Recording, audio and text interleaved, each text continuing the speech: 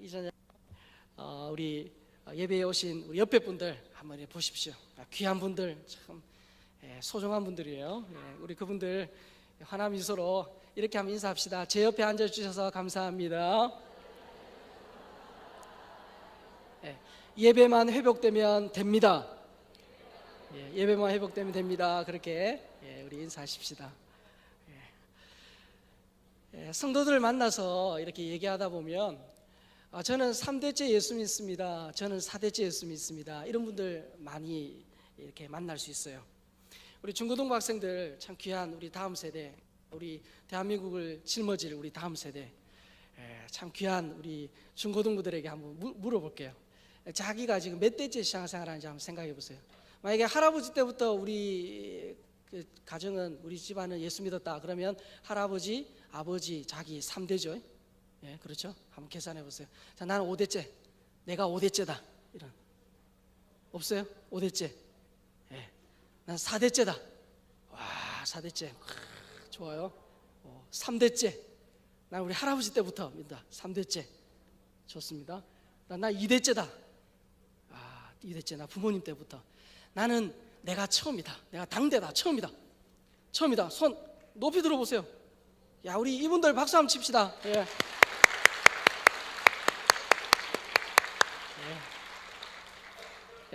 5대째 귀하지만 5대 때도 첫 대가 있었기 때문에 5대가 있는 거예요. 그렇죠? 여러분들이 있기 때문에 여러분 이제 후손들은 더 예수 잘 믿을 겁니다. 저는 몇 대일까요? 한번 찍어 보십시오.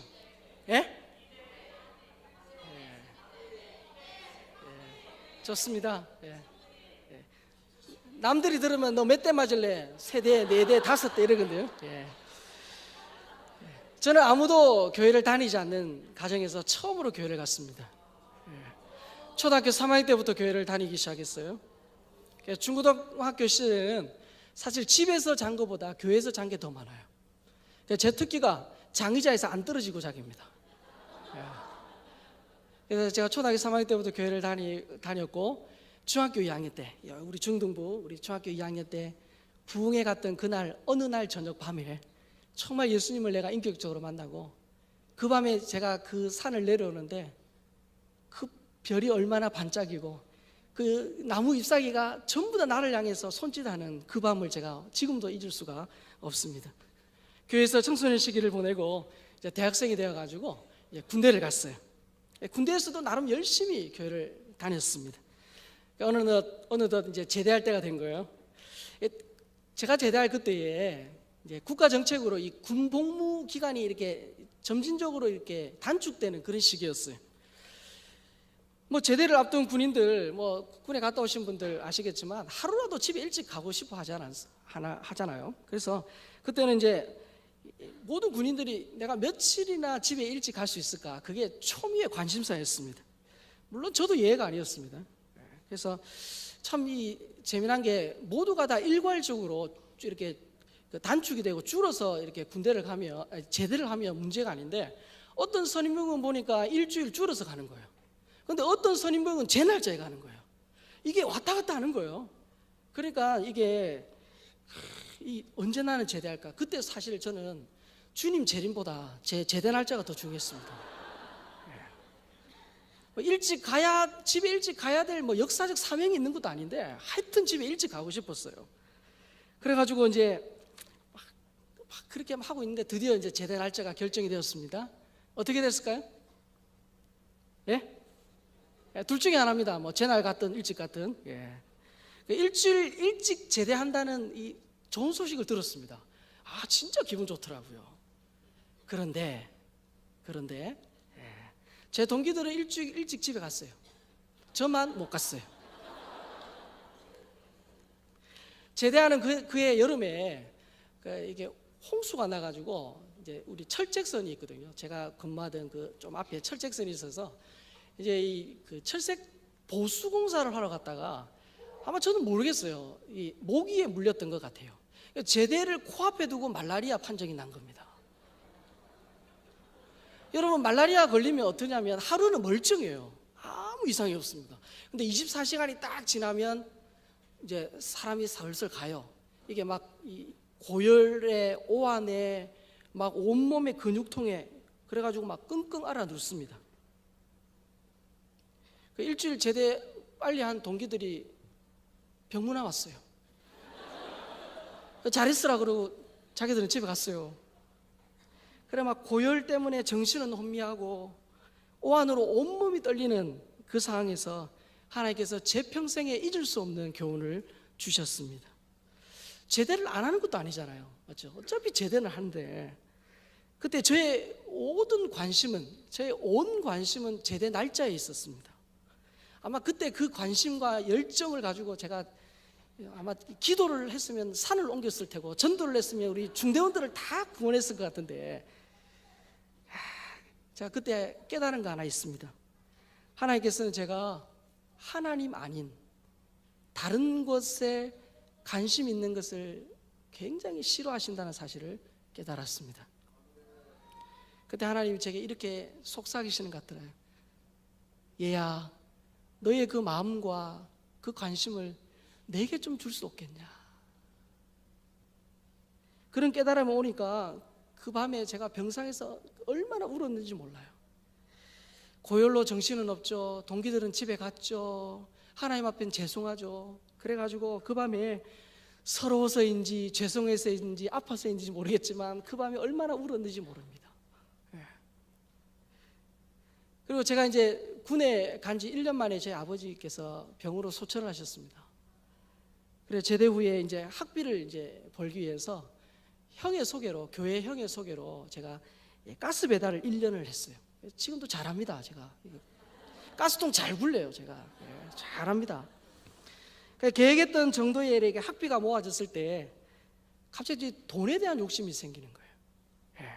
야, 한 달만 더 하면 야, 이 돈 가지고 내가 하고 싶은 거 할 수 있겠다 이런 생각이 딱 들더라고요. 그래서 한 달 더 해야지 딱 이런 생각으로 이제 일을 했어요. 그때 제 관심은 돈에 있었습니다. 결국 어떻게 되었을까요?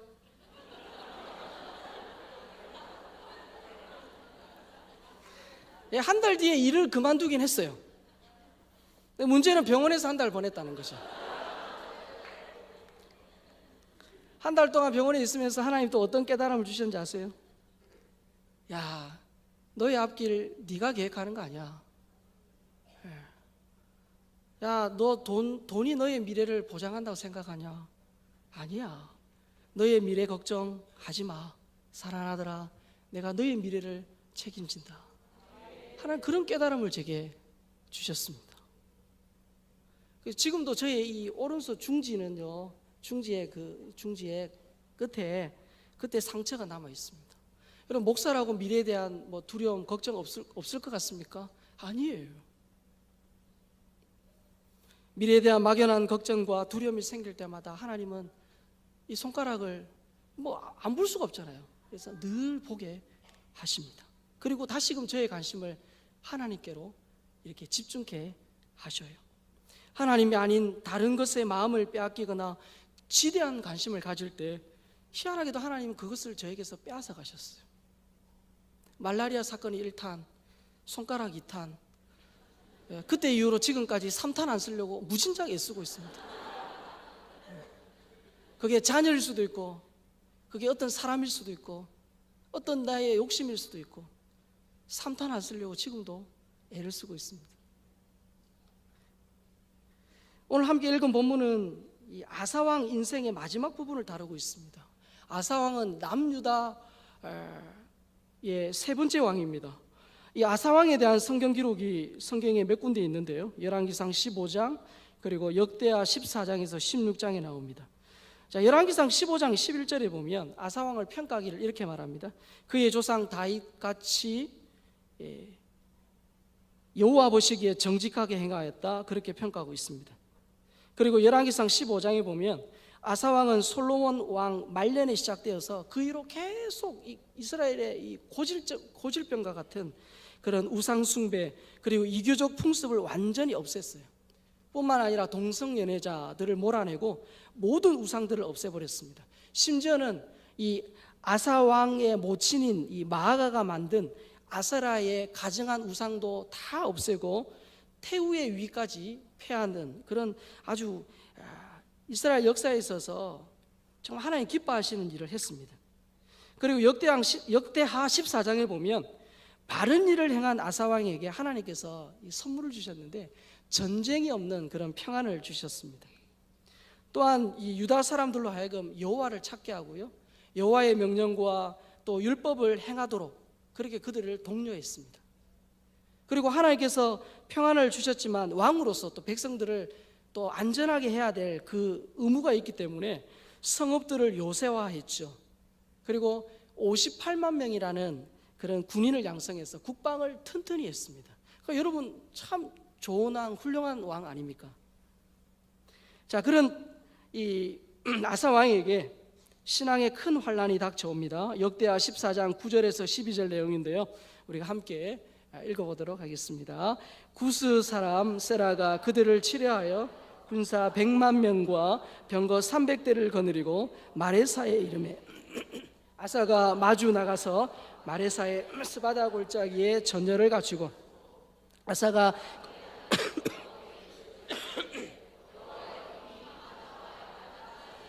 주밖에 도와줄 줄가 없사오니 우리 하나님 여호와여 우리를 도우소서. 우리가 주를 의지하오며 주의 이름을 의탁하옵고 이 많은 무리를 치러 왔나이다. 여호와여 주는 우리 하나님이시오니 원하건대 사람이 주를 이기지 못하게 하옵소서 하였더니 여호와께서 구스 사람들을 아사와 유다 사람들 앞에서 치시니 구스 사람들이 도망하는지라. 아멘. 이 아프리카 구스 왕 세라가 군사 100만 명을 끌고 지금의 탱크와 같은 이 병거 300대를 가지고 이 아사 왕을 쳐들어온 거예요. 우상을 없애는 개혁을 단행했습니다. 그리고 이스라엘 백성들을 하나님의 말씀대로 살도록 그렇게 훈련했던 그런 믿음의 대가치고는 너무 가혹한 그런 결과죠. 아사 왕에게 58만 명의 군사가 있었지만 그래도 이 적군은 훈련된 100만 명입니다. 우리나라 전체 군인 수가 뭐 한 60만 명 된다 하니까 이 100만 명 어마어마한 숫자 아니에요.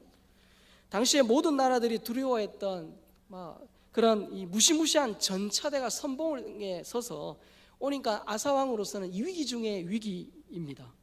객관적으로 열세예요. 객관적으로 전세가 열세입니다. 자, 바람 앞에 촛불 같은 상황에서 아사 왕은 국방장관을 부르고 군지인가들을 다 소집해서 어떻게 할 거냐 대책 세우지 않았습니다. 역대하 14장 11절 다시 한번 볼까요? 시작. 아사가 그의 하나님 여호와께 부르짖어 이르되 여호와여 힘이 강한 자와 약한 자 사이에는 주밖에 도와줄 리가 없사오니 우리 하나님 여호와여 우리를 도우소서. 우리가 주를 의지하오며 주의 이름을 의탁하옵고 이 많은 무리를 치러 왔나이다. 여호와여 주는 우리 하나님이시오니 원하건대 사람이 주를 이기지 못하게 하옵소서 하였더니 아사 왕은 전략을 짠 게 아닙니다. 14장 초반부에서 아사가 그의 하나님 여호와께 부르짖어 이르래 뭐예요? 기도했다는 거예요. 여러분 그 결과가 어떻게 되었습니까? 마치 하나님이 아사 왕의 기도가 끝나기도 무섭게 마치 기도를 들으시고 그 기도에 응답하시려고 막 준비하셨던 것처럼 하나님의 손이 구스의 그런 대군을 쳤습니다. 성경에서 어떻게 쳤는지 명확하게 자세히 나와 있지 않지만 구스 군사들이 혼비백산 도망하기 시작합니다. 그날 구스 사람들이 엎드려지고 살아남은 자가 없었다, 그렇게 성경은 기록하고 있습니다. 구스 군대의 보급기지 역할을 했던 이 그랄 지역까지 가가지고 엄청난 물자까지 이렇게 노획하는 대승을 거둔 거예요. 여러분 이런 승리의 소식을 들은 아사 왕이 뭐라고 외쳤을까요? 뭐라고 외쳤을까요? 아싸! 그렇게 했을 거예요. 제가 한번 상상해 본 거예요. 왜냐하면 사람들은 뜻밖의 기쁜 일이 생기거나 원하는 일이 있었을 때 어떻게 해요? 아싸! 그러거든요. 그래서 오늘 제 설교 제목을 아싸! 그래 붙여본 거예요. 그랬을 것 같아요. 왕이 하나님 앞에 바로 서니까, 지도자가 바로 서니까 아사왕 35년까지 전쟁 없는 태평생대가 이루어졌다, 그렇게 말씀합니다. 여러분 아사왕이 끝까지 아싸 그랬으면 얼마나 좋겠습니까? 그런데 안타깝게도 아싸로 시작한 아사왕은 압불사 이렇게 끝납니다. 압불사라는 말이요, 일이 잘못되었거나 생각하지 못했던 것을 뒤늦게 깨달았을 때 하는 말이죠. 우리도 압불사 그럴 때 있잖아요. 이 마지막 남은 이 분단 국가인 우리나라처럼 당시에 이 남쪽 유다, 북쪽 이스라엘이 팽팽한 대립 관계에 있었습니다. 그러다가 아사왕 집권 말년인 이 36년째, 이제 35년 이렇게 평안하다가 36년째에 이 이스라엘 왕 바하사, 이름도 좀 비슷하죠. 아사, 바하사가 쳐들어왔어요. 이 아사 왕이 재임 초기에 이 100만 대군을 기도해서 물리친 그런 경험이 있지 않습니까? 그러면은 당연히 이번에도 어떻게 해야 됩니까? 하나님 의지하고 나가면 별 문제 아니에요. 그런데 이번에는 아사 왕이 의외의 반응을 보입니다. 극히 세상적이고 또 인간적인 방법으로 문제를 해결하려고 하지요. 어떻게 했냐면 성전과 왕궁 곳간에 있는 은금을 다 벗겨가지고 그것을 가져다가 아람 왕 베나닷에게 뇌물로 주면서 이스라엘의 침공을 막아달라 그렇게 청탁을 한 거예요. 그러니까 이 아람 왕 베나닷이 뇌물을 받고 이스라엘의 배후를 딱 친 겁니다. 그러니까 갑자기 이 아람 왕이 쳐들어오니까 놀란 이스라엘군이 철수하면서 그 위기는 모면하게 됩니다. 여러분, 아사의 인간적인 이 술수, 그 보이는 전쟁에서 성공한 것처럼 여겨지지만 영적으로는 굉장한 큰 실패라는 사실을 알 수 있습니다. 아사왕은 이번에는 하나님을 의지하거나 기도하지 않았습니다. 30년이 넘는, 아니 35년의 그런 태평성대가 처음에 하나님을 의지했던 그 신앙을 느슨하게 했는지 아니면 그 와중에 다른 이유로 교만해졌는지 알 수는 없습니다. 그러나 분명한 사실 한 가지는 발등에 불을 끄기 위해서 인간적인 술수로 끌어들인 이 아람이요, 나중에 유다를 공격하는 그런 골칫거리가 돼요. 늑대를 쫓아내기 위해서 사자를 끌어들인 그런 셈이 되고 말았습니다. 아사왕의 첫 번째 압불사죠. 오늘 제가 읽은 본문은요, 아사왕의 마지막 생애를 다루고 있습니다. 12절 말씀을 한번 다시 보겠습니다.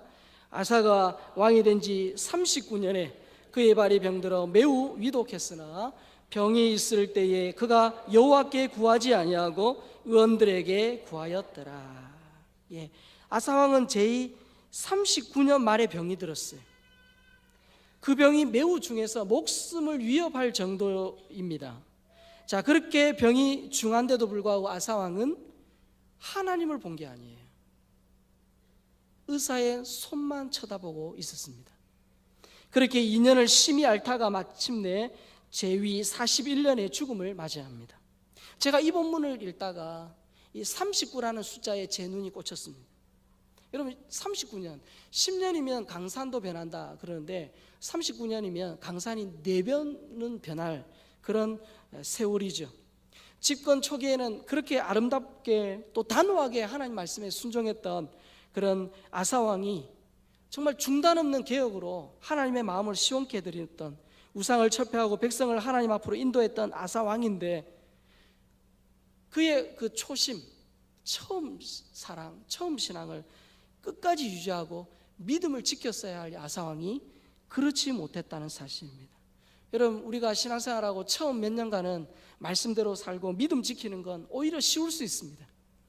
그러나 10년 지나고 20년 지나고 30년 지나고 40년 지나고도 변치 않는 믿음, 순수한 믿음, 처음 믿음, 그것을 지키는 일은 쉬운 일이 아닙니다.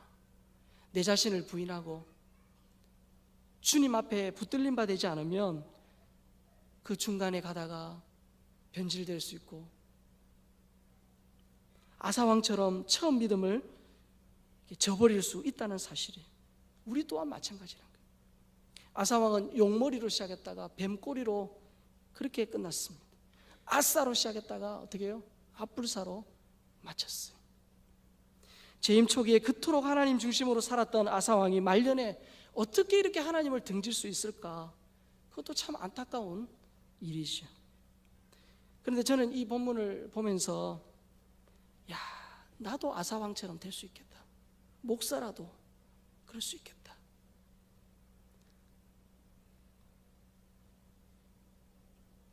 세상 사람들이 교회를 걱정하고 많은 목회자들에 대하여 우려의 눈총을 보냅니다. 우리의 기라성 같은 선배 목사님들, 참 주의를 위해 헌신했던 많은 목사님들 계세요. 그러나 그런 목사님을 따라가는 후배 목사로서 안타까운 사실은 그의 끝이 아름답지 못한 많은 목사님들을 볼 때 반면교사의 교훈을 얻습니다. 그런 목사님들도 처음부터 그랬겠습니까? 아닙니다. 아니에요. 우리라고 아사왕처럼 이렇게 용머리로 시작했다 뱀꼬리로 마치지 말라, 나는 거기서 예외다, 누가 그렇게 장담할 수 있겠습니까?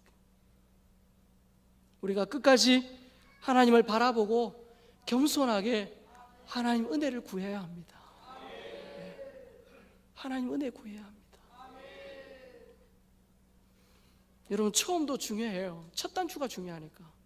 그러나 끝도 중요합니다. 끝이 시작보다 더 아름다운 우리 사랑의 가족들 되었으면 좋겠습니다. 혹여나 지금 여러분 하는 일들마다 잘 되고 어려움이 없어서 계속해서 아싸 이렇게 노래 부르시는 분이 계십니까? 겸손하게 끝까지 하나님을 바라보십시다. 혹여나 지금 하는 일마다 꼬이고 되는 일이 없어서 내 인생은 왜 이럴까, 앞불사 그렇게 지내는 분 계십니까? 실망하지 마십시다. 주님 바라보면 하나님이 일하십니다. 지금도 저는 하나님 아닌 다른 것, 그것에 제 눈이 돌아갈까봐, 제 온 관심이 빼앗길까봐 참 조심합니다. 그럼에도 불구하고 그러지 못할 때가 많아요. 그럴 때가 많아요. 목사임에도 불구하고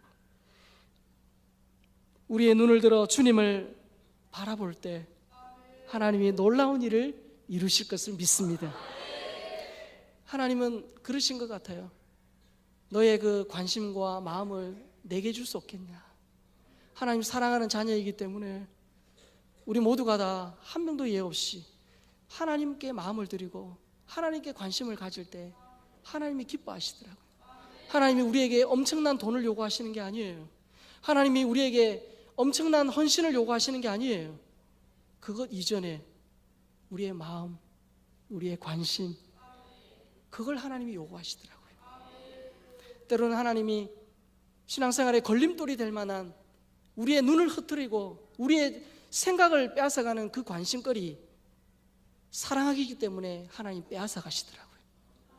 저는 값비싼 대가를 치르고 제가 친히 경험했기 때문에 오늘도 하나님, 저의 관심과 마음 하나님 앞에 있기를 원합니다. 근데 잘 안 돼요. 솔직히 잘 안 돼요. 그래서 하나님 앞에 오늘도 겸손하게 하나님 은혜를 구합니다. 아사 왕이 우리에게 주는 교훈, 끝까지 하나님 손에 붙들림 받아요. 겸손하게 하나님 바라보고 나아갈 때 하나님이 우리를 통해 놀라운 일을 이루실 것입니다.